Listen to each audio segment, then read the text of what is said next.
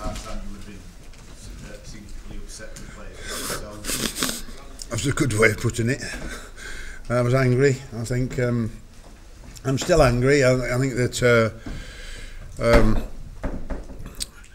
accepting an instruction is part of a player's responsibility at this level of football, and I think that we try to give those instructions with the best information we possibly can with the time available.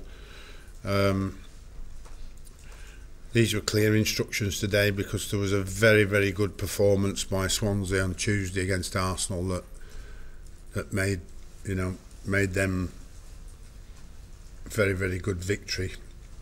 So we've been basing our plan on that, which is obvious when it's so soon. It was only on Tuesday night when they beat Arsenal. So we set out to play like that, but unfortunately Swansea played the top of their game and we played the bottom of our game, which means to say that any tactics and any system you pick is absolutely worthless if your players don't play to their best. And if you play at the Emirates, you've got to play to your best, all 11, if you're going to get anything out of the game. And unfortunately none of our first 11 on the first half, any of them played anywhere near the best, and that's why we were tumbling goals left, right and centre with our pathetic performance. Defensively, are you seeing the same issues that you did before you took the job? Yes, now and again. And defensively we work as just as much as we work in attacking offensively. We've been trying to balance the two off. When I first come in, it was nothing but defensive work to try and halt the goals that were going in. Now we've tried to move to the offensive side of it. They're losing the defensive side, and we're still not going to be a great team that scores a lot of goals. We have to face that for this season. But none of it was any good in the first half. None of our attacking was any good, and certainly our defending was pathetic. We got better in the second half, but it was far too late. Tom Davies was very good. Dominic was good, scored a goal. And they're two of the youngest players in the squad, showing the older players what they should have performed like at the start of the game. So I was pleased with those two, but nobody else.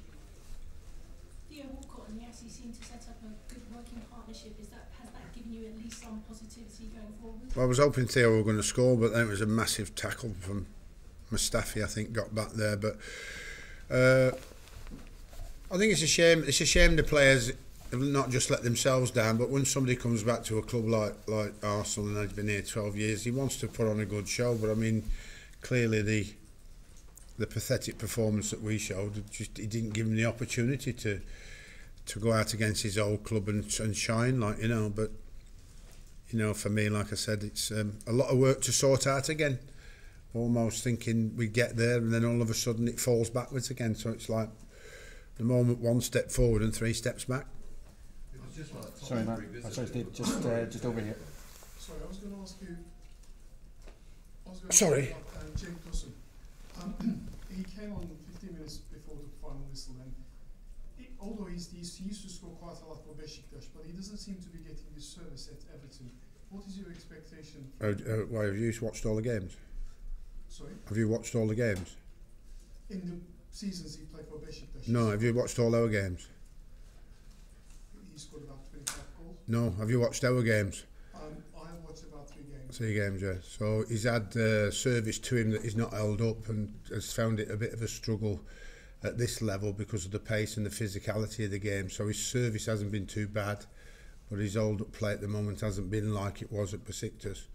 So that's why he's not starting the games at the minute, because he's finding it tough going, like every player does, particularly when they come in January. So I said from the start we wanted goals. He scored a lot of goals at Champions League and Besiktas, but may not hit the ground running for us, and he hasn't done that yet, but I'm sure he will do eventually.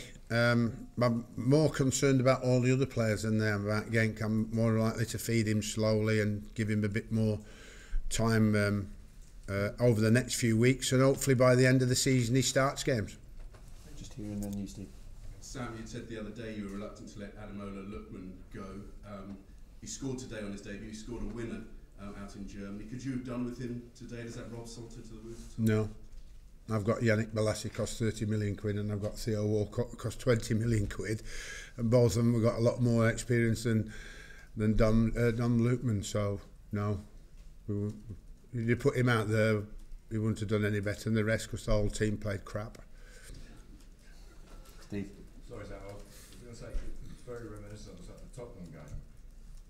The way you folded, which is kind of unlike your teams. But we folded at Tottenham after the second goal went in. We folded in the first half and didn't fold in the second. Right. So it was a bit reverse scenario, wasn't it? A wee bit, yeah. Yeah, yeah. So we did. So we came back that. And do you know Everton have scored more points than nearly anybody else from losing positions? Yeah. No, so we ain't that bad then, really, are we? No. We've folded in a couple of games, but our record says that we pick up as many points from losing positions as anybody else. Right. So we fail against Tottenham and we failed against today in the first half, but other times we actually come back to actually pick points up. So you can all run away and check that stat. And if that stat's wrong, you've only got this man to blame because he told me. That takes somebody off because that changed the system. So for me, Michael Keane was the choice, but it could have been any of the 11, apart from the goalie. All right, lads. Okay. Thank you. And lassies.